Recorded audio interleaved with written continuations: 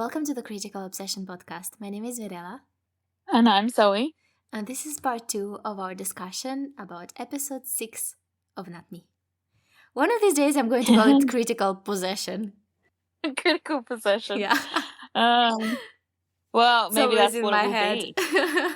Oh, God. Maybe it will be a critical possession. When will it be? What will prompt it? I don't know. Probably a lot of alcohol. I'm Something halfway there. devastating. Either something amazing or something devastating. So yeah, part 3 of 4. Can I guess? The Yes. scene? Yeah. So Guess the scene. is it the scene where they're wearing their masks and they're Yes. looking at each other and Yes. can you give me a little go? What it was obvious. Why were you so skeptical Because about me I guessing? thought. Well, what was that? The one that you thought it was? Yeah.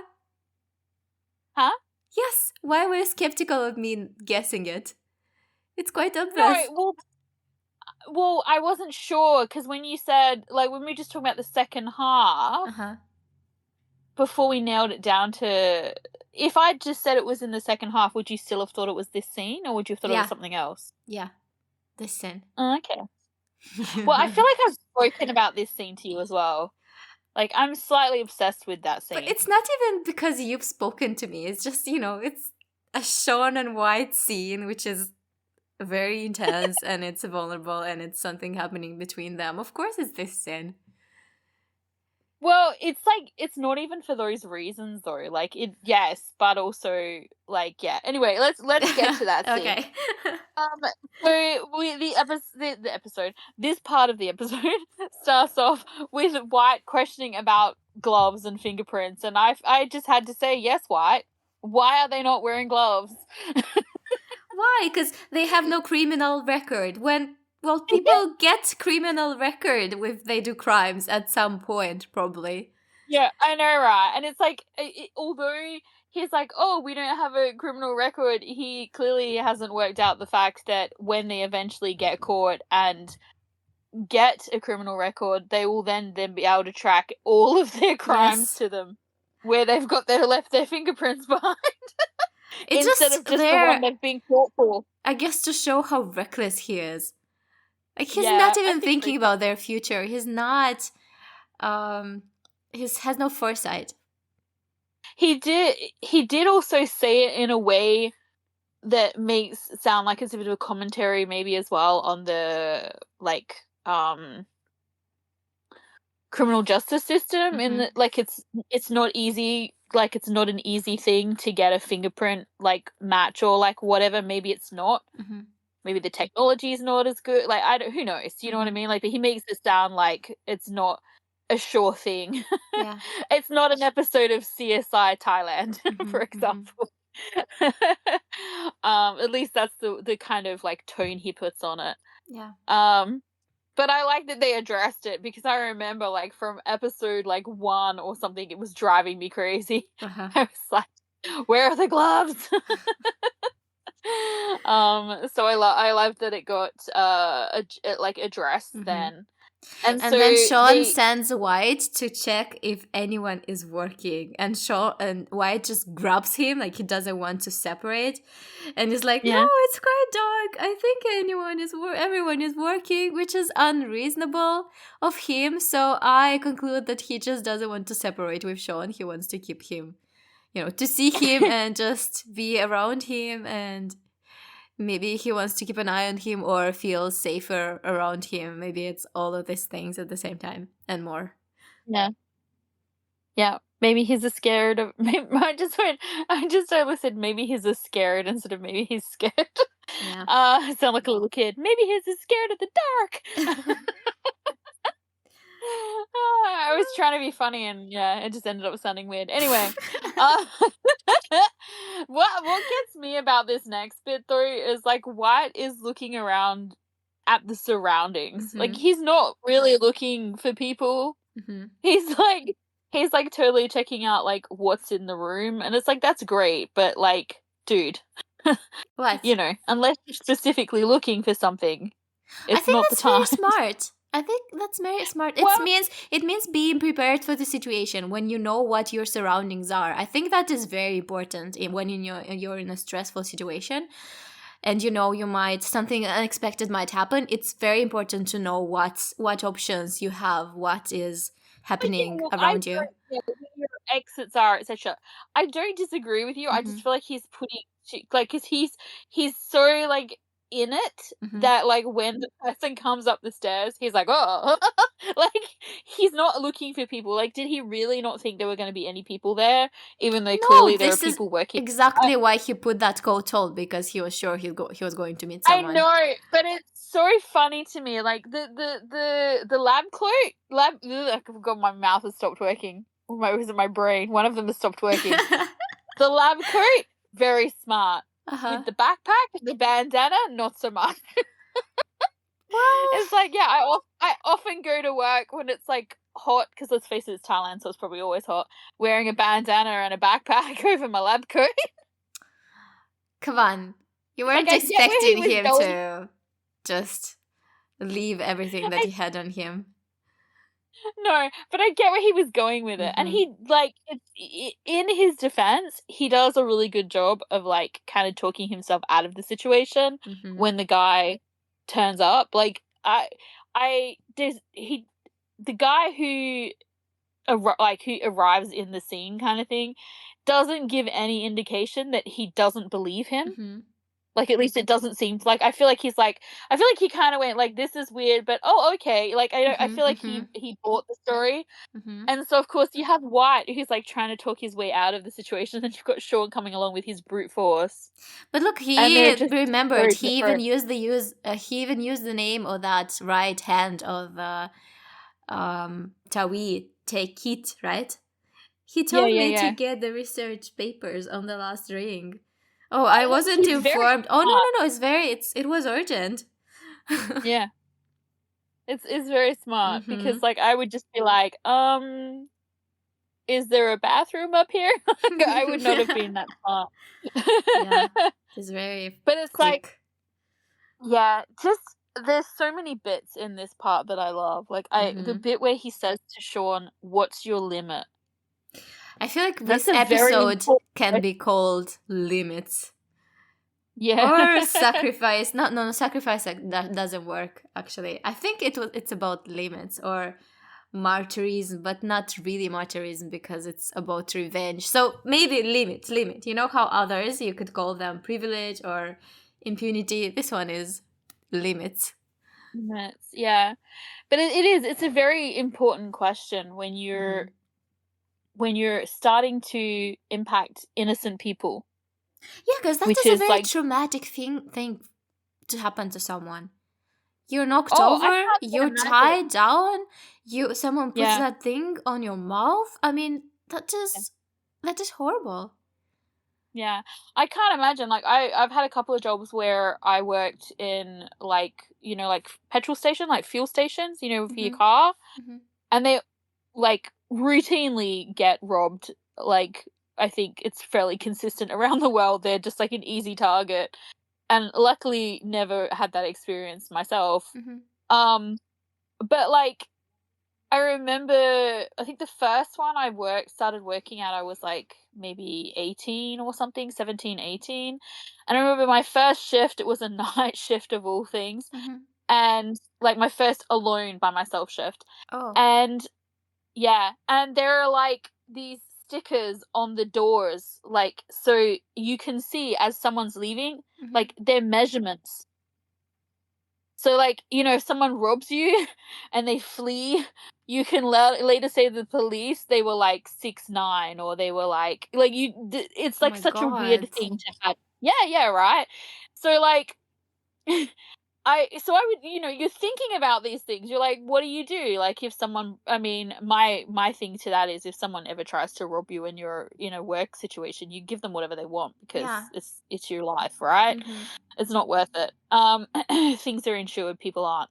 So, I mean, okay, some people are insured, but like you can't, yeah, you can't come back from death. Uh-huh. So it's like, you know, you can't help but not think about those things. Look, like how traumatic that would be. Like it's such a violation. You would be Yes. afraid. You would feel powerless. Like I really do get White's like anger and despair in Horror, this scene. Like, yes. yeah, and where he says to him what are your limits? Like how far are you willing to go? Yes. Because this is the thing. These people are innocent. Well, as far as we know, these people are innocent, right? So they just have the misfortune of working at this particular factory that Tawi earns. And the same could be said for his father. He had the misfortune for being like one of his drivers. Like, Yeah. like how far do you go? And Henry says to him, what you're doing is wrong. And how Sean says to him, you don't have to do it, but don't get in my way. Like, it's just, oh, and then he says to him, cover your mouth. And it's like, it's twofold. Like, that's such a loaded thing to say, because obviously he's talking about, he gets really upset when he sees that, like, White has exposed his face to the person. But also, like, when he says to him, cover your mouth, you could take it two ways. Like, you could, the obvious way, obviously, he's like telling him to put his bandana up again, but like, White is protesting what he's doing here. You could interpret it as another way of saying, like, shut your mouth, close your mouth, stop. You know what I mean? Like, all of these things fit that, but it's just, as I said, obviously he's talking about, like, cover your face, but like, in terms of language, like the choice made for that, like to have it cover your mouth, it's more loaded. You know what I mean? And he asks, why are you so problematic? And it's, yeah, the thing is that White is not conscious of how much his actions, his words affect Sean. Yeah, well, he doesn't have the full story. This is the thing as well. Like, don't forget, like White is going into this blind in so many ways. Like, he's seeing the big picture. He's starting to see, like, issues within society that he previously was a part of. He sees, like, people's dislike for this guy and all the rest of it. Sean clearly hates him, but he doesn't know why. Like, he doesn't understand Sean's motivations. So he can't understand, like, how or why he's behaving this way when there potentially are other options. Okay, but no matter the motivations, if you do something to people who are innocent, yeah, you become a villain. You damage yourself as well. Yeah. Especially if you're a sensitive person, you basically put yourself in a corner that you will not be able to get yourself out of because your own moral values. It's very hard to come back from something like this.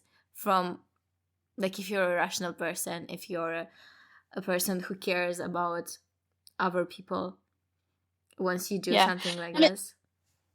Yeah, and this is, and let's face it, Sean is the kind of person that would be damaged. Like, if he came back to this later on and thought about it, he'll be bothered. Like, I would imagine that in the future he'll be bothered by this. Like, or if it had gone worse or whatever, he would be bothered by it, because at this point in time he can't see it. He's not seeing them as people. They're obstacles to his vengeance. Yes, he's not seeing them as people. Yes. No, but he sees White, and that really bothers him. Yes. And so everybody, yes, it was the scene in the security office that I was referring to. Come on, say things. Where he says to him, where he says to him, do you think you give me a little bit of encouragement? It's such an interesting thing for him to ask this person. Right? Like, it makes sense for him to ask this of White. But he's searching for encouragement already. He wants comfort from him. Yeah, but it makes no sense if White is black. Yes. For him to ask this. Well, things change. Oh, yeah. Oh yeah, but do you know what I mean? Like Yeah. if you think about who he thinks he's speaking to, he's going off of like what's happening But I feel like between the them. fact that he's acknowledging that this is encouragement that he's seeking, he is already halfway to accepting that this is the new situation, this is a new black, that Yeah, his attitude changed. Like, he is yeah, already accepting this, and now what's happening, the way this black is judging him, it hurts him immensely because he yeah. wants Oh him yeah, on his side. yes. He has expectations. Not just expectations, but he wants Black to think well of him. He wants him to approve of his plan. He wants, him to work with him. Yeah, I think it's a way he says to him, "Do you think I'm enjoying it?" And he has tears in his eyes when he says that. Yes. I was so floored by like Gunn is amazing in this scene and he's always amazing in scenes like this. But I was amazed by Off in this scene and I was amazed by the two of them together in this scene. Like the intensity in this scene is just so amazing. This entire scene is just their eyes. Like how hard is this to convey what they're because although the lines are really good and they're quite significant, there's weight to them, like what Sean is saying to him, there's a lot of weight in it. They're not saying a lot, you know what I mean? Like this isn't a huge conversation that they have here, and yet there's so much happening in their eyes. Like to me, this scene is what sets them apart from like everyone else in the industry. Like their eye acting in this is awesome. It sounds so weird to say their eye acting, but I like mean, the I'm eyes just are yeah. the mirror of the soul, or what was the expression? The windows Yeah. to the soul. Yeah. Yeah. And I feel like you can see in Off's eyes, he's pleading with him. He's pleading with him. He's saying like, understand me, Yeah. support me, back me in this. I need And you. yeah, I need you. I need this and I need you. And then And you White have gets teary as well at this point yeah, because he because he White can can hear that. He can hear that yeah, in his he voice. He can can see see that it in his too eyes. in his Yes. eyes. Yeah. He feels the weight of what he's saying, you know what I mean? And it's like and he says to him, "I'm sorry," like he's like this is not I'm not saying this to hurt you. This is I want you to succeed. I want Yeah. you to be I want people to stand with you. I want, but Not Sean oppose can't you. hear him. Yeah, but Yeah. this is so important. The fact that he says, I want people to stand with you, not oppose you. Because if people oppose him in this situation, Yeah. Sean would only get more lonely. He would only get more Yeah. disappointed and misunderstood and even more reckless, and things would only get worse for him if he is Yeah. misunderstood in this situation that matters so much to him. So Yeah. this is It's clearly it's a very delicate situation, and I understand why White is freaking out so much and why he wants it to work out, to be a success so much, because he understands that this is a turning point for Sean's character. I think, yeah, he's so afraid, I think, by the way Sean is so fatalistic. He understands that the consequences will affect Sean immensely of this thing that he's doing right now. Mm-hmm. And it's not just about getting in trouble. As you said, it's being successfully heard and seen and making a change, making an impact. And he I feel like he's so it's so like Sean is so intense here, but he can't touch him. Like he can't reach him. It's interesting that this whole thing with their faces covered except for their eyes, it's like there's a barrier between them. Like they're not really seeing it. It's funny that their eyes are the only thing that's exposed because they're not really seeing each other. Well, White is definitely seeing Sean, but he doesn't know the full picture. Like he can't see. As I said, he doesn't know Sean's true motivation. So, and I feel like Sean also can see feeling... White. I think Sean sees White's sincerity here, but he's too far gone right now to change anything. He cannot deviate from his plan. He sees, but it won't change anything right now. Yeah, and I think it's one of those things where he sees it, but like this moment where he says to him like about, "Do you think I'm not scared?" Mm-hmm. He's terrified. Mm-hmm. He's so afraid. You can see it. Like, and part of that is like he doesn't want to. Like, he wants to trust like White. He wants to trust Black, but like he does. He can feel himself trusting him. Mm-hmm. Like, he's almost all the way there. Mm-hmm. And so whenever he does something that like disappoints him or whatever, it hurts so much more. He's taking it way more personally than it necessarily would be at any other given time. Like, he'd get angry, yeah, but like he wouldn't be hurt by it. Like, so he wants to trust him. Like you said, like he sees him, but he can't like accept it because he can't like go all the way. As you said, in this situation, he the only thing he can see is that it has to be a success. They must fulfill the plan as he's laid it out, because in his mind this is the first step to like his revenge or whatever. Yeah. And as I said, and with White, because he doesn't know Sean's true motivation, I don't know that he would necessarily react differently in this situation, because he's not, what he's saying to Sean, I don't think would alter terribly much. No. But sorry? No. Nothing would change. He Yeah, would even understand how the gravity of situation, that it's even more heavy. Yeah, like it's how important it is that it's a success. Right. But he might have more of an idea of how to reach him in regards to I don't know. I wouldn't know what would be another way of reaching him at this point. I think no, but like if you had known before you left, do you know what I mean? Like he potentially might have had a different argument. What that could have been, I don't know, and I'm not saying it would have been successful either, but like it's really hard to argue with someone who has blind rage and vengeance, and like, because logic doesn't really have a place there. Like, you know, the only logic that fits is the logic that benefits that. Yeah, but the way he's reacting to him is the only correct way, because when that person is obsessed with their blind rage, the only way to make them listen to you is by making them, or at least, tolerate you, is by getting them to know or to be sure that you care for them, and whatever you're saying is not because you're against their plan, but because you care about them.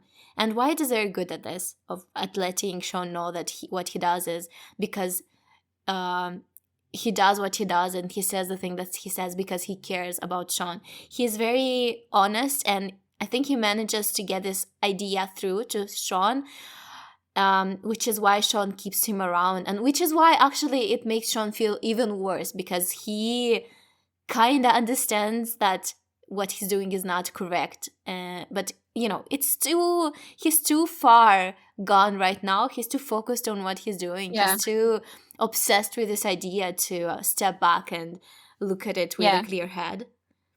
That's right. He hasn't got to the stage he's tortured. Yeah, he hasn't got to the stage where he's concerned about disappointing White. He's, he's not there yet, so he can't. I think he is, but he cannot. But it's, the plan and the revenge is bigger right now. Yeah. Yeah. It's like this big dinosaur that he has no control over. Yeah. But yeah, and it's like the way he says to him when White like apologizes and sort of explains himself and says, gives him his wishes for him, like, it's funny because the like I said, it's interesting that their eyes are uncovered because they're not really seeing each other clearly. They're also not really, they're not seeing each other either. Like, by each other, I mean like themselves clearly either. Like, White White doesn't know, like, why he is so in, like, I mean, he understands the, like, he would know the moralistic angle of what he's going The for, like, logical one. he knows Yeah. what he thinks, what's right and wrong, but he's so invested in Sean in this, and, like, that he would not understand. Like, this pain that Sean has in this scene, the pain that's in his eyes, the fear, like what he's saying to him about, you know, do you think I'm enjoying it? Do you not think I'm scared? Like, these things that he's saying to him, he's feeling it and he wants to make it better, but he doesn't know how, because he doesn't know, like, what the cause of the problem is. And then you've got, you know, White apologizing to Sean, and Sean, as you said, he wants, he understands, he, you know, whatever, he knows that he's right, however you want to look at that. He feels that, you know, White's empathy and, like, you know, the way he's trying to understand and things like that, but he's just like, and he wants to trust him, or maybe he doesn't want to trust him, but he is starting to trust him, I don't know, but, like, he can't, like, he can't see that right now. He can't see the forest for the trees, as they say, and so instead we get this whatever from him, which is such a, like, he's like, it's like, I can't deal with this right now. Yeah. You know, it's like, I don't even know if he's talking to White when he says whatever, or if he's talking to himself, but either way it works. But he's just like, and as you said, he still is tethering White to himself, and he uses the excuse that he doesn't want White to fuck up and, like, deviate from the plan or whatever, but at the same time it's like, he trusts him. You know, he trusts him to do, like, what needs to be done. Yes. You know, and yeah, therein comes the drama. Oh yes. But yeah, but I'm just like, this scene here, every time I watch it, it just, I don't know, it always impacts me in such a way that I always feel a little shaken after I've seen it. And it's so funny the way he says, like, as I said, the way Sean says, like, whatever, it's definitely like what you said, you know, it's definitely like, I feel like he wants to believe him, he wants to trust him, but it's just, he's too far gone. And it's like, it's definitely that thing, you know, where you've gone too far to back down. Like, people usually do it they're in a situation where they lose face if they back down. That's not his situation. What is he going to do now? Like, go home? Just tell everyone, oh guys, I didn't think this through. Let's go back. I know. I literally have on here, I was like, if listeners, if you've never been to IKEA, you won't get this joke, but if you've been to IKEA, you'll understand what I mean. It's like, he's in IKEA and he's got no other option but to go all the way through the store until he gets out. He has to follow those yellow arrows. Like, he has no choice. You can't go backwards. I've never been to IKEA.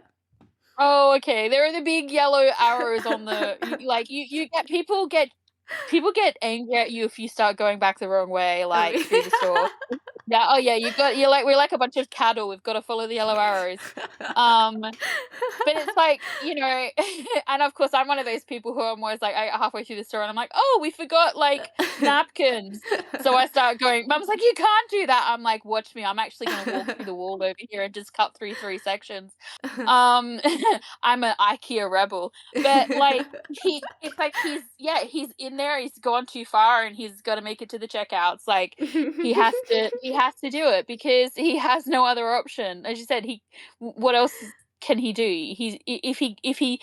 If he stops now, it's like he's giving up, and he can't give up, because if he gives up, is he letting down his mom? Is he letting down his dad? Is, like, whatever, like, the monkey on his back. He mentioned earlier that this was the goal that kept him alive. If he gives up, it means death nothing for him. Yeah. So he has nothing. That's right.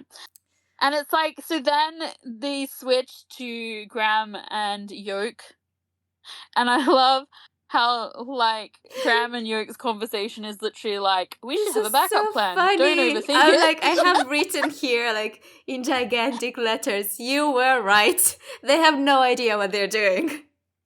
They did not Just prepare like- at all.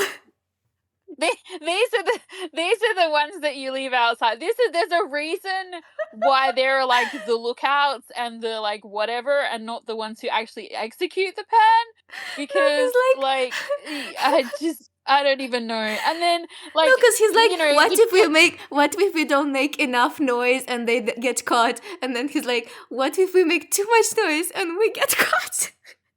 I know, right? And then you've got like the other two inside, and they're all like, they've managed to take down a bunch of people, like innocent people, but like whatever. And they've like taken over command, you know, the command center, the security center. And then you've got the other two, and they're laying out under the stars, gazing up at the moon, Talking like, about having, love. like love confessions. It's like, what are they even doing? There's no lookout, there's no nothing. They're just like chilling, you know. And you know, as I said earlier in the episode, there is a reason why I would not have tied that bit of stuff, because like Graham's like, I did the research. It's like, no, you really didn't. I'm sure you didn't. I don't know what you just put in your mouth wipe, but you probably won't be able to have children in the future if you wanted to. Like, I don't even know. I like how Yoko's like, have you ever looked into someone's eyes and knew that person is different from others? And I'm like, yeah, because he's a vampire. Love at first sight, always obsessed. I'm a bad so person, funny. Don't follow me. I remember watching, yeah, this is totally Twilight. I remember watching this scene between Graham and Yoke where like Yoke touches Graham's face with his hand like that, and the way Graham like looks at his hand like, what the fuck? And then they're just like sitting there looking at each other. It's just and the way Graham says, you're such a sucker for love. I'm like, yeah, you got that one. It's kind of harsh when you think about what happens later. Poor Yoke, the sucker for love. Yeah. He gets disillusioned. But like this, yeah, and this scene must have driven everyone crazy, like who was watching it. It was such a misdirect. Like I kind of love Pinucci for this scene because she's so mean. Yeah.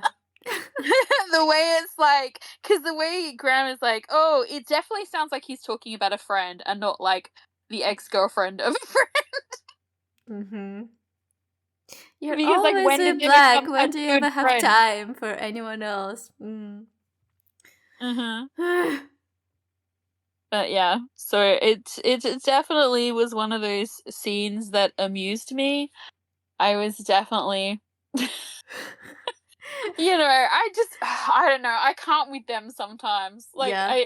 I sometimes have trouble taking them seriously now because I can't help but like see the comedy, and I don't necessarily know that was like the intention. I think it was. But it's just like, I'm like, They're why are you lying, like this? talking about love and looking at the moon. Come on.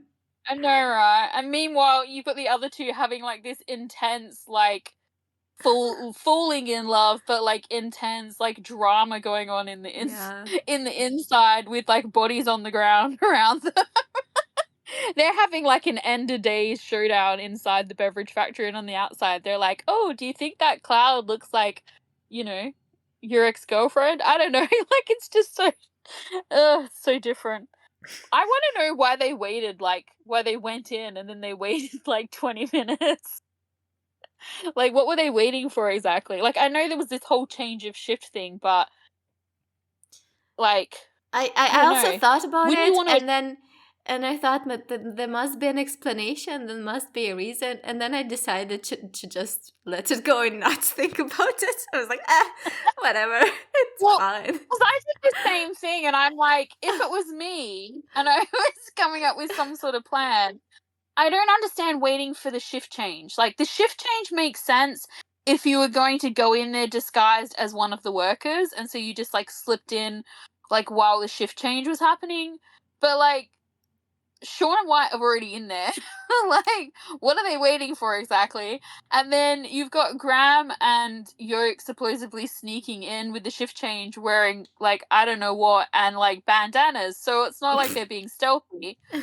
And so But so that's the only reason why the shift change makes sense. Otherwise, you'd think they'd wait until just before shift change, because the understanding then would be that you've got a bunch of workers who've been on shift all day, like whatever, all night or whatever, and who are probably tired and don't really give a fuck right now. They just want to go home and go to bed or whatever. Mm-hmm. And so, like, rather than let's wait till shift change when you've got a bunch of people who are all bright-eyed and bushy-tailed and ready to go, like, it just seems like a strange choice for me. But Yeah. Well, that's part of the drama. As I said, I so don't know that we're necessarily meant to look too much into that side of things. Like, I feel like it doesn't matter anyway. Like, the point of this whole section is the scene between Off and Gun in the security office with their bandanas covering their face with just their eyes showing. Like, that's the whole point of this part of the yeah. That's it right. like it exists. Everything else exists so that this scene can happen. Like, this scene is amazing. It is. I'm so angry that this show didn't win awards. Like, what the hell was wrong with people? Oh, don't remind me. Oh God! Like, can we have like a re-release where like they're like up for, they can try and win more award, like not more, just like awards. Like, they should have just been giving them out like bloody crackers at this point, because they were just so good. Like, here, oh, you like, you know. Ugh, makes me angry. Well, it's just such a good scene. Let's go watch. We should go. We should go and watch part 4, because otherwise I'm just gonna sit here for another 10 minutes and be like, it's such a good scene. Okay, let's go. I love it so much. I'm super curious now to know what your scene that you thought I might have been talking about for part 4, if I had been talking about a scene for part 4 that you thought wasn't the obvious scene. Mm-hmm. I'm so curious to know what that is. So we'll get to that when we come back. Okay, let's do it. Part 4. Time to put the bitterant in the tank. You know what? Yep. What I thought? Mm-hmm. It's interesting that the most important task in this whole thing was to put the bitterant in the tank, right? And Sean assigns this task to Black. He doesn't do it himself. I know. I don't really know. Like, I've thought about this a lot, like why he does this. I can't remember. Do we know what Sean's major is? Because he doesn't have the same major as them. Like, they have that one class where, like, yeah, they have that one class, you know, where, like, White's like, why is he here or whatever, and Graham says something like, it's a combined, you know, like, faculty or whatever course or something. I'm not sure. Why? Well, because he is doing something in the security booth with the CCTV and that. So, like, if he had if it was technology based or whatever, it would make sense for him to do that.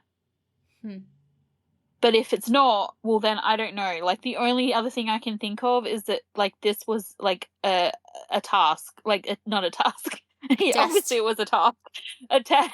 yeah, that was the other word I was thinking of. That this was like a test, you know, but it's a pretty. Or maybe that he trusted Black even more than he trusted himself, which proved to be the right decision ultimately. It did, but like he once again does not know that and cannot see that just yet. So, but isn't it that fun if he did that? If he made that choice unconsciously, giving the most important task to Black, trusting him to make the biggest decision, being them disappointed, but this proving to be the right decision ultimately anyway. Yeah. I mean, the thing is, if you think about it from the perspective of if he had done that, if he had switched their roles and left the, like, clearing out the security cameras and all that kind of stuff, I mean, obviously, White/Black, whatever, would have done that. Like, you know what I mean? Like, he's going to do that because he wants to protect them. And he especially wants to protect Sean. And if Sean had done it, then the bitterant would have gotten in the tank, because he would have just done it, like, without thinking about it, without hesitating. And so it's so interesting that he the way he, you know, as I said, unless it's to do with like his major or something, and he knows how to like hack the security feed and Doubt like it. whatever. Yeah, but who knows? Unless it's that, then it's like an interesting. It is definitely an interesting reason why he would give Black the more. I don't know. Maybe it's because he's like smaller than him. It's like the way I put that. smaller, smaller than Sean, and like can I don't know, quick and light on his feet like a little ninja. I don't know. Uh, it has to be. I feel like it's a trust thing. Yeah. A trust test thing. Unconscious or conscious, and of course we switch to the boys lighting their smoke bombs or whatever they are Causing mayhem. Uh, and it was funny because like I was sitting here and I was thinking while they were doing that, like I wonder, like the whole time they were sitting there in the security office, was White just sitting there like going, how can I save him? How can I save him? How can I make this better? Like, because his decision seems to be spur of the moment when he's actually at the tank. Yeah. But like, I feel like he was probably sitting there the whole time just going like, why is he like this and how can I fix it? But yeah, so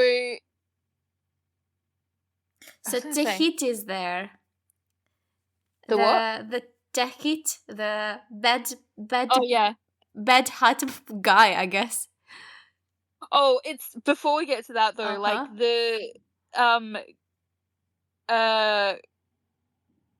Graham lighting that last smoke bomb and like throwing it over his shoulder. Yeah, it's so funny. It's like so funny. Scared of it.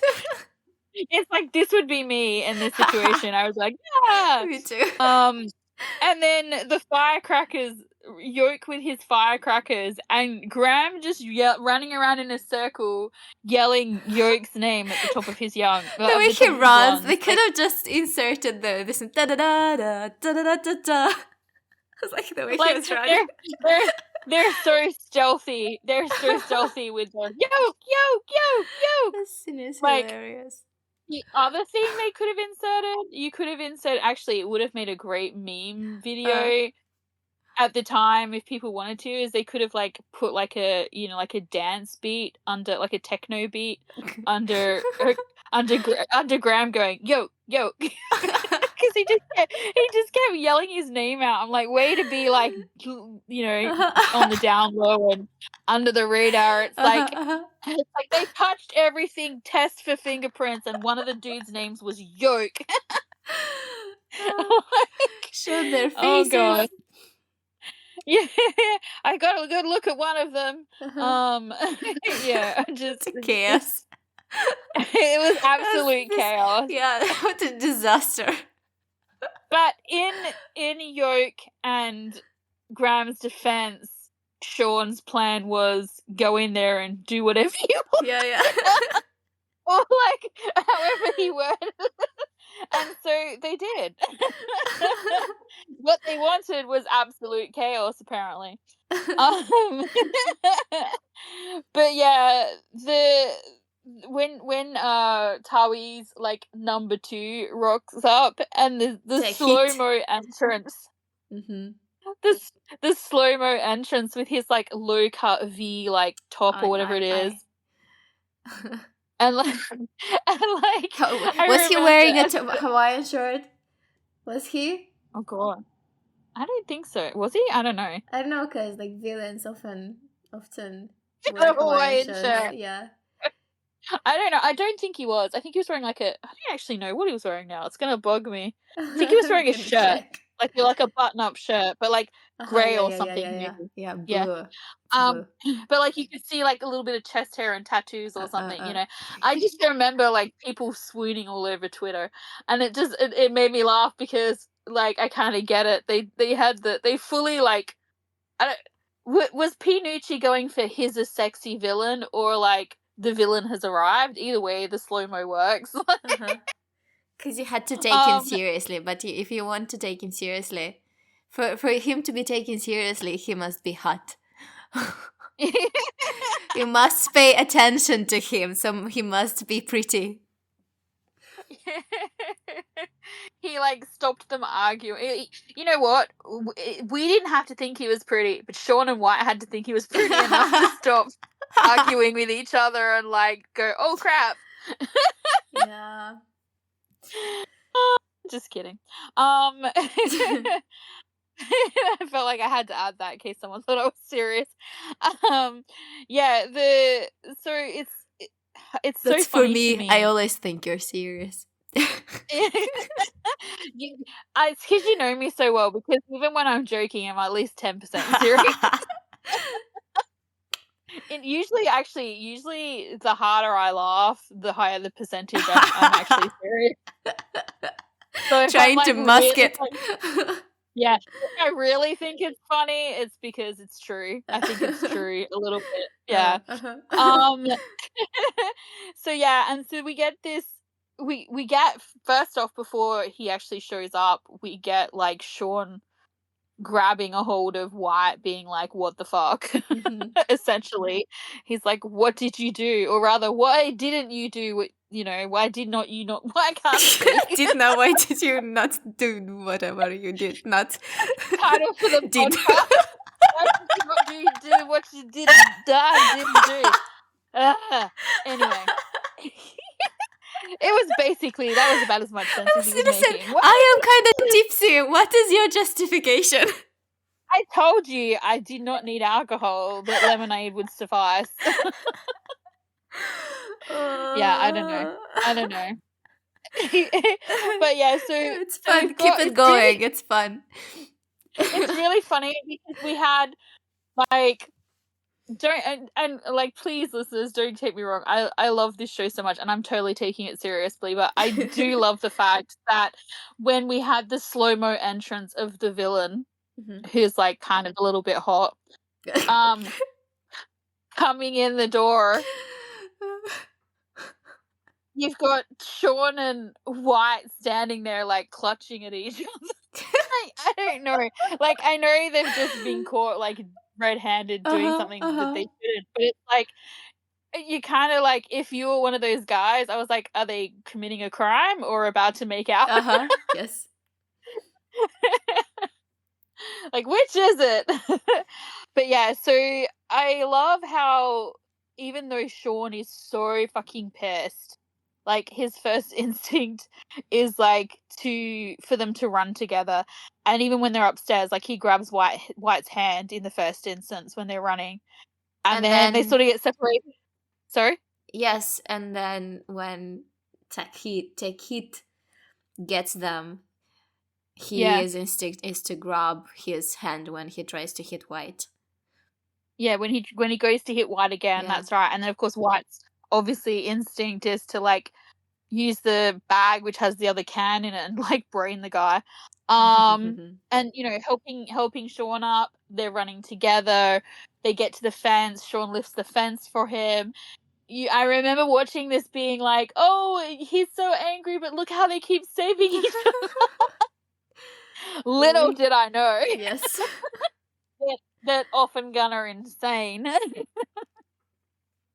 And yeah, I was just like, I loved the way that they kept sort of, like kind of almost like mini rescuing each other, even though, Sean was so mad. Like it never occurred to him to just like abandon, Black or White, rather. Yeah. And I mean, obviously no, but like, he's like, I can't leave him behind. This guy can't keep his mouth shut. Once again, I'm joking. But like, no. Then they get there and he grabs the helmet. I still cannot believe they improvised this. Listen, like, this is very insane. Yeah, well, they were in character. They knew what the characters were feeling, so they were like, for real, they were like, I know what would be better if you hit me in the head with a helmet. Yeah. That's perfect. Let's try that. Good decision. To be honest, this is a scene that I considered as the other one that you might like. But at the same time, it's not that I knew that this wouldn't be your favorite. Like, it's a good scene, but it wouldn't be your favorite. Mm. So the other one was the I best feel option. look, I feel like it's a good scene, and it totally makes sense for their characters. Like Mm-hmm. honestly, like I remember watching it and having very mixed feelings about like this whole scene. I remember talking about it when we watched Dangerous Romance, and there's this scene, and we had one character who like injured his leg, couldn't Yeah. play soccer anymore, or like didn't look like he was going to be able to play soccer anymore, and he was doing the whole "oh woe is me," giving up, whatever, and you had the other character like hit him. And I remember saying at the time, like, I hate it when they do stuff like that because I don't like violence between Mm-hmm. couples and pairings and stuff like that. However, the way they did it in this, it made sense because it spurred him on. Like the way, like he was like, "No, I'm not going to fight you. I want you to fight me," sort of thing. Yeah. So yeah, when I think Nava like tempts, does taunts him, and it like Provokes him. and guy Yeah. yeah, it provokes him, and guy hits him, and when he says to him, "Why won't you, fight back?" and he's like, "I'm not the one that needs to fight." Mm-hmm. And I thought that was such a clever, like for them it made sense, for their Mm-hmm. storyline it made sense because they had a somewhat violent Yeah. background, and like yeah, the fight was the important thing. Um and in this, like with this as well, I was kind of like, the first time I saw it, I was like, "Ooh, But look, it mm." just works. It proves how far gone he was. Yeah, It's a he continuation is. of his state. Yeah, he is so fucking angry and like hurt. Hurt is the word, and it's like he's so irrational, Yes. Yes, he and it's wouldn't so stop. He wouldn't consider. Like, he tolerated Black around having opinions, but him going against him, it's yeah, betraying him in also breaking his heart because his heart started having feelings for him. So, all yeah, of these things at the same time, and yeah, this is the reaction that he had. yeah. I feel like it's not even like, I feel like if this had just been something, take the white out of the situation. If this had been a situation where this had happened and Black had actually done this, like the actual Black had done this, like he would have been pissed and they would have fought or whatever, but like he would not have been, like he wouldn't have trusted Black. Like I feel like he would have done it himself. You know what I mean? Yeah. Like You wouldn't have been, it's I trusted you, this, you don't it's know the what they "I did to my trusted dad. you." Yes. Yeah, that's right. Hmm. There's so much in this. Like, and it's because Yeah, he but look doesn't what he understand. did. Look how far he went. He hurt people to get this done. Yeah, And yeah. he went against his morals to get this done. And now suddenly It's Black, for nothing. with one move, yeah, that he trusted him to do, undid everything. Yeah, it's basically the way he sees It's it. so It was done. It was it's just. so it's so interesting though because it's like he in the moment he like as I said, they continually rescue each other until they get to this safe place. Mhm. Once they get to the safe place of their friends, like they're outside the grounds, they're they're surrounded by safety essentially, like with Graham and Yoke there. Although I don't know, like I don't know how safe they are, but no, just kidding. Um, but I wonder if Yoke had any more firecrackers. But yeah, no, like once there was that like relief, like that burden of immediate danger Yeah. is gone. Mhm. It's like you physically see like that kind of like mantle of like fear or whatever like drop away from Sean, Mhm. and then it's like he's another person suddenly. Well, it's like Like when there was outside danger, where they were a team, they had to defend each other. yeah, They were there for each other. When the outside, the external danger is gone, suddenly their interpersonal relationship comes to the yeah, surface. yeah. And now, Well, it's like Sean. Yeah, it's like White has become Sean's enemy in that moment. mhm. Yeah, and it's so funny because I remember.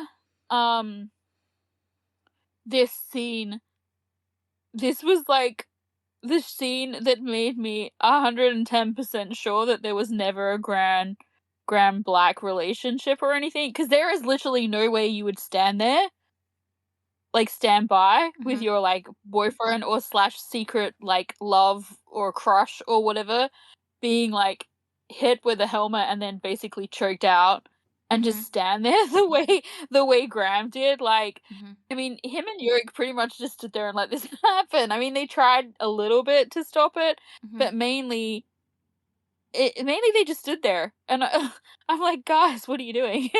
But They just let him be strangled a little bit.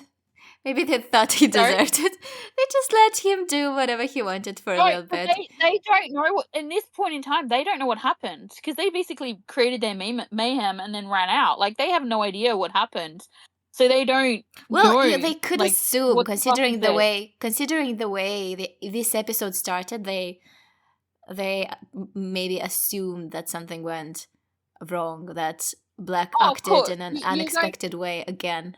Yeah, well, the fact that, like, Sean is like, like, why, why, why?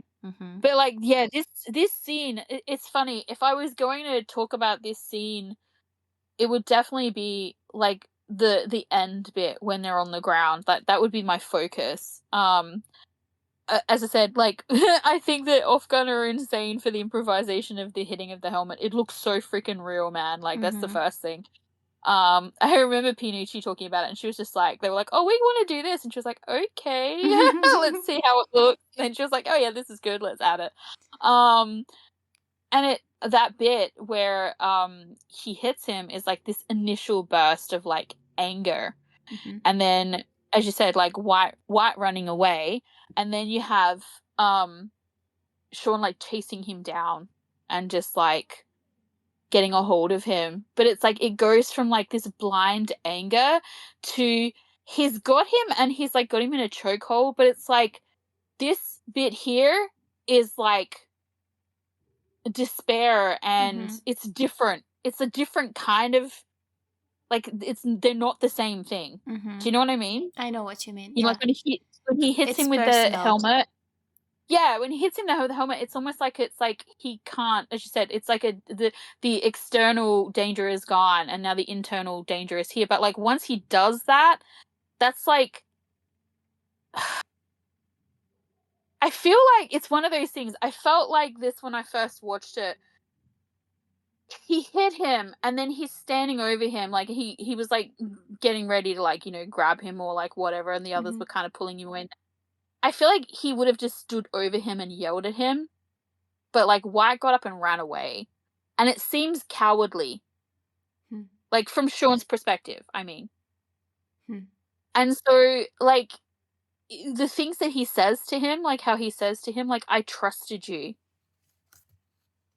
Like, we talked in the last podcast and in this podcast about this trust that's been developing, not really wanting to accept it, but it's like it's happening regardless of, whether he wanted it or not.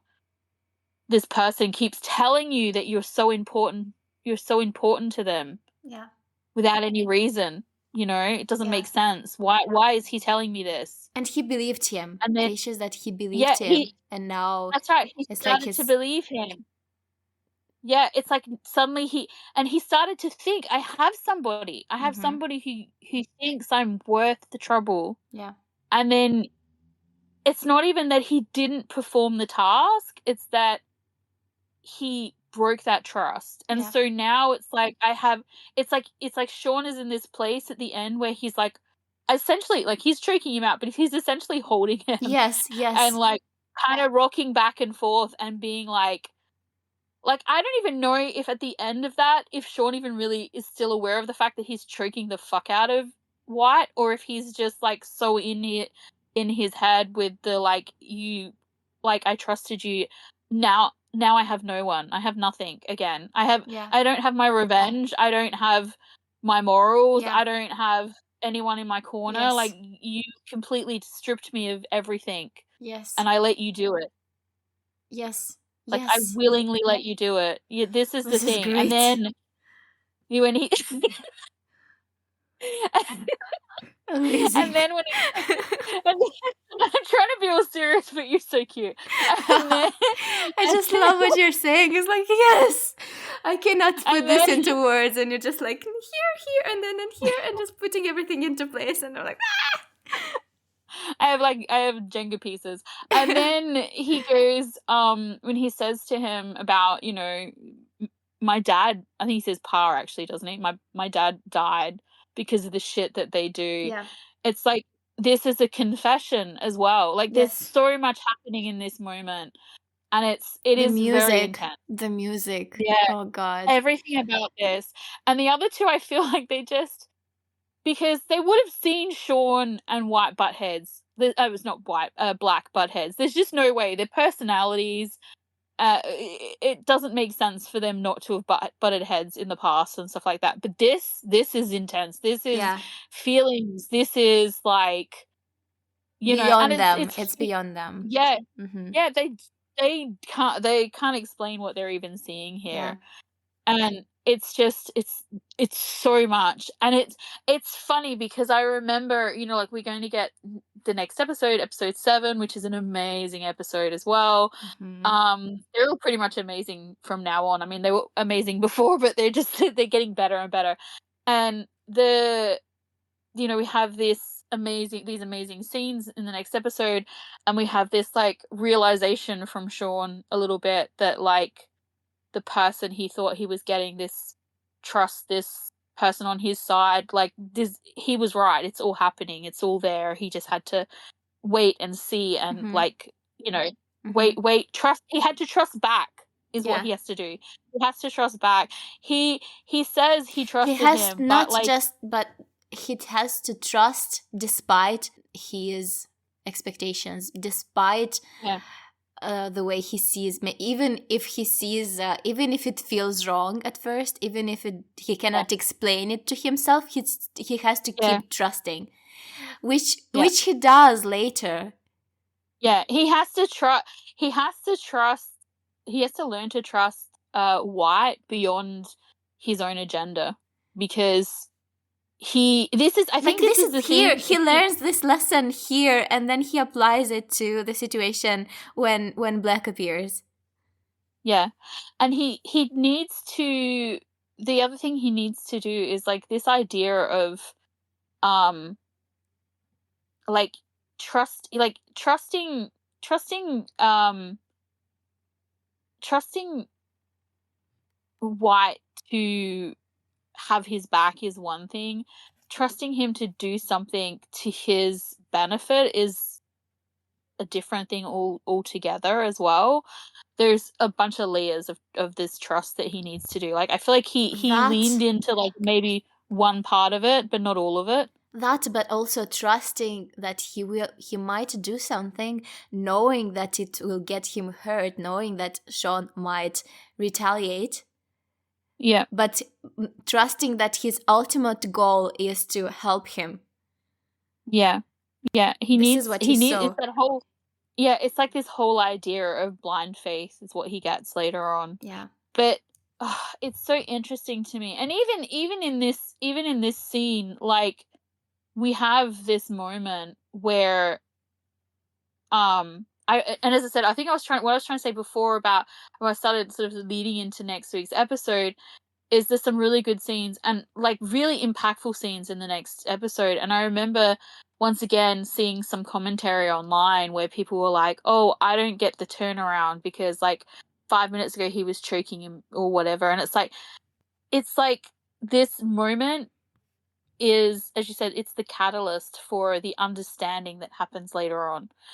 And in this moment, the thing to understand that I think people miss in this scene here at the end, that as angry and scared and upset and disappointed and hurt and like just everything and like alone that Sean feels in this moment, like White isn't isn't reciprocating that.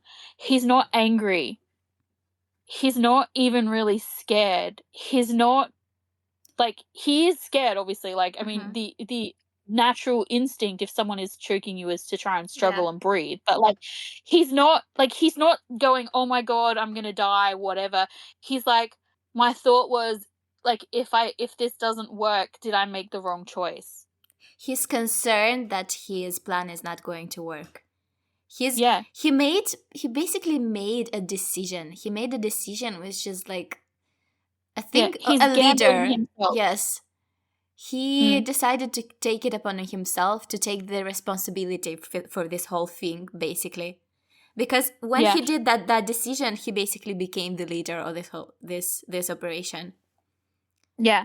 And it's like he says something like, if they're successful, it's thanks to White now. If they're unsuccessful, it's also because of White now. Yeah, and he sort of says something like, I can't remember the exact wording, but it's like, if my plan doesn't work out, if it didn't work, would I have to compensate for it with my life? Yeah. So, but he doesn't sound afraid. It's more like he's like, I didn't know that this is what I would be gambling with. Mm-hmm. Like, he's getting the gravity of the situation. Mm-hmm. Like, he's starting to understand why Sean has been acting so unhinged when it comes to what's going on, because he now has got this insight that it has something to do with family. Yeah. And if anyone is going to understand that, it's going to be him. Like, he's going to understand, having your family taken from you. So, yes, it's a completely different situation, but he's going to get it. You know what I mean? But in this moment, he's not reciprocating the anger. He's not so later on, his only concern is, did I fuck up? Yeah. Right? Did this work? When he realizes it works and he sees Sean, he's like, there's relief. There's not fear. There's not anger. There's not they're in completely different positions here. If he feels anything, it's almost like he's musing while this is happening. While he's choking and struggling for his life, he's like contemplating, like, did I do something dumb here? And it's not even like it's like he's hearing the pain and realizing that he was gambling with higher stakes than he realized. Yeah. He thought he sat down at the 21 he thought he sat down at the $20, poker table, but he sat down at the $1,000 poker table. Well, I think he suspected things are pretty grave, but now he's getting to the core of it. Yeah. So, and it's just, this episode and the next, 7 and 8 are really good episodes. 9 is too. 10 is a brilliant episode, but I hate it. I hate it in that way where it's like, what is that saying? It hurts so, what does it say? It hurts so good. There's elements of that in it, but there's also, a lot of yeah, no, episode 10 is like watching a car crash in slow motion. Oh, it's the disastrous. First time I watched it, the first time I was so traumatized after I watched that episode. I've never been that traumatized, ever, I don't think, after watching television.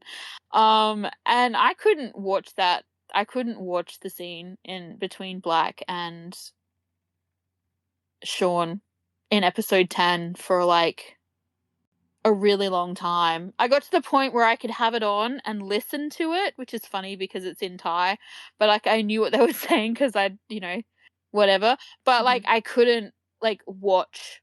I couldn't physically bring myself to watch it without it destroying me every time. I was just like, oh my goodness. I prefer episode 6 actually. I like the conversations about the crosswalk, about what is the correct decision, what should one sacrifice their life for a cause or not. I really like this aspect.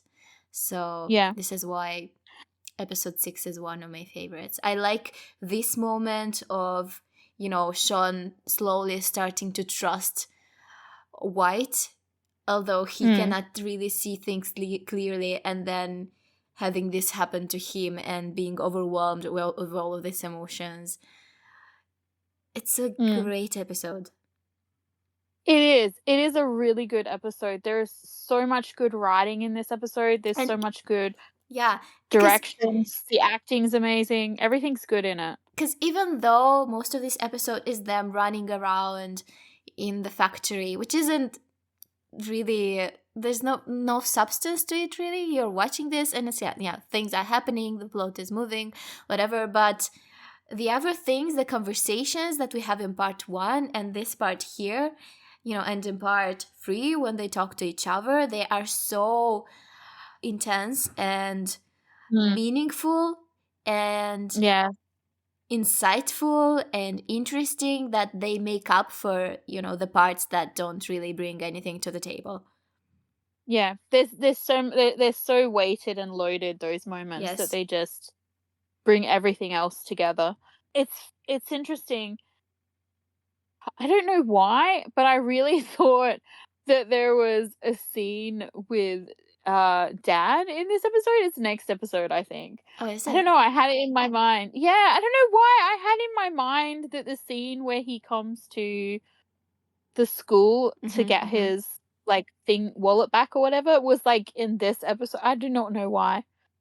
I really did think it was in this one, but now it's obviously in episode 7. There is some really good stuff that happens in episode 7. There really is. I'm looking forward to it. I can't wait. I'm gonna say this the soundtrack, My Side, appears in episode 7 for the first time. It does, yes. I love it. This is same. This is a show that I feel like gets better and better as it goes along. It's a good show from the first minute, but I feel like it gets better as the further you get along. I do agree with you. This is a standout stellar episode, this one. I do not necessarily agree with us that it gets better. You don't? No, I just think it gets different. The love story gets more coverage. We're more focused on the social stuff, on the political stuff in the beginning, and then the love story comes to the foreground and the drama with Black, and then at the end, in the last episode, it's the resolution. So I think it doesn't get better, it just gets different. It transforms a little bit. I agree with that, but I also think it's good. I don't think it doesn't good, yeah. No, but I mean, it doesn't dip. You know, how some shows, they get to a peak and then they dip? I don't think this show dips. No, it doesn't. There's no dip. No. And so, maybe that's what I mean. And what I do feel like is I definitely enjoy it more every time I watch it, which is rare. Yeah. For a show. I really have enjoyed watching it this way with you and doing the podcast for it, because there are definitely aspects. It sounds like we're at episode 14 already. Why are you getting? Why are you getting so emotional? Yeah. Well, I don't know. I feel this way after we watch every episode, because I feel like there's every episode that we've talked about, I've realized something, or I've had some sort of insight that it didn't occur to me the many, many other times I've watched it. As I said, the fact that Sean goes and gets drunk after White basically tells him that he is worth something. Yeah. Is so it's very traumatic. It's how traumatic, how traumatized is this boy that someone saying you're worth more alive than you are dead. Yeah. Cause for drinking yourself into a sleep coma. He's just he's in so much pain, and it's just Yeah. I mean, the fact that he dreams about his dad after that as well, it's all very, I mean, obviously it's a plot point, they have to show us that and all the rest of it, but the timing of it makes, I think, what happens here at the end even more significant. He's starting to feel things that I think he's had locked up. He's just been feeling the anger, and now he's feeling the pain as well. if that makes He's any starting sense. to leave again. Yeah. Yeah. He's starting to get those growing pains. But yeah, so I don't know. I'm just, I'm gonna get like a little bit. I'm losing my voice. I'm gonna get a little emo. I think every time we get an episode in further, but just because I feel like I think the reason why I probably said they keep getting better and better is that like, and it's definitely what you said too. Like every episode, as you go along, has different aspects to it that are like really really good. Different scenes, different like like the political statements, different like the way the learning is woven into the story, like all sorts of stuff that just like there's so many highlights in this series that to me it feels that way. It feels like it's building every time. Yeah, the no dips thing again. I've basically just circled back around to there are no dips. The acting's just really, really good and there are no dips. There is, however, slow motion evil, if you're into that. Slow motion evil. I think we have a title for this person. Slow motion evil. Like someone write it down, I'll forget. But yeah, this was a lot of fun. I cannot wait. I cannot wait for episode 7 and 8 and 9 and 10, 11, 12, 13 and 14, but then I will cry because it will be over. But yeah. Well, we have episode 6 of Vice Versa to look forward to next. Yes, go check out the Vice Versa podcast and listen to Zoe slowly falling in love with Vice Versa. Yeah, I kind of hate you a little bit for it, but like in a good way. In the way that only friends can maneuver. You're welcome. Yeah. There's lots of Zoe being wrong. So if you're into that. If you're into that, it's totally Morella's jam. You'll enjoy it. But yeah, it's a lot of fun. I'm looking forward to episode 6. I'm afraid to tell you that I've already forgotten what happened in episode 5. I'll remember when we're about to watch it. But like if I'm thinking about it right now, I'm like, what happened last week? No, you're just teasing me. I'm just going to ignore this. I know. I'm just like seeing if I can trigger you. Not today. Maybe today is not me day. Maybe a little bit. Don't forget what I said earlier, where I was like, the harder I laugh, the more truth there is to the statement. All right then. But yeah, thank you for hanging out with us. Share the podcast with the people who you think might be interesting. Talk to us, and yeah, goodbye for now. Let us know if there's any new things that you've found, that you've noticed. Any insights? Are we wrong? Do you want to argue with us? I'm totally down for that. I'm totally down for that, she says. I'll start my list of like, what do you call it? Arguments as to why I'm right. I'll start writing them right now at 3:00 in the morning. Just kidding. I feel like this is such a good, like, this is one of those shows that, as Pinucci says, it's open to interpretation.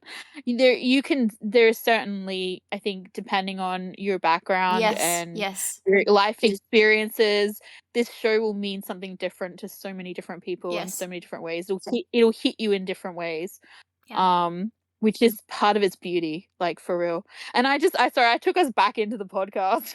And Rella's like, bye for now. I'm like, wait, I've got something else to say. No, I really like what you said because it's true. Yeah, but I feel that. I think that's another reason why it's so special. So, and that's hugely in part to everybody who had a part in it. You know what I mean? I can't imagine this show, like, if you switched any bit out, I don't know that it would have necessarily worked the way it did. So kudos to everyone involved. Yeah, I really am getting that more than like it's the last episode. I don't know. Like, what the episode 6? What is this show doing to me? Anyway. All right, so let's wind it up. Bye for now. Bye.